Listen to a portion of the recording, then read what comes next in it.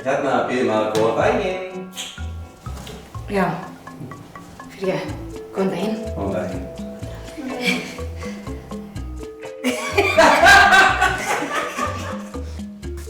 Ég var að fá mann. Góðan því. Á ég ekkert að gera hérna eitthvað? Nei, ekkert að klappa. Og ég skildi ekki okkur. Þú veist, hann var bláðblæstur. Verður þetta blæður með henni? Ok. Hvað hérna, fyrst til hérna áttur? Þú segir þetta svo. Hei.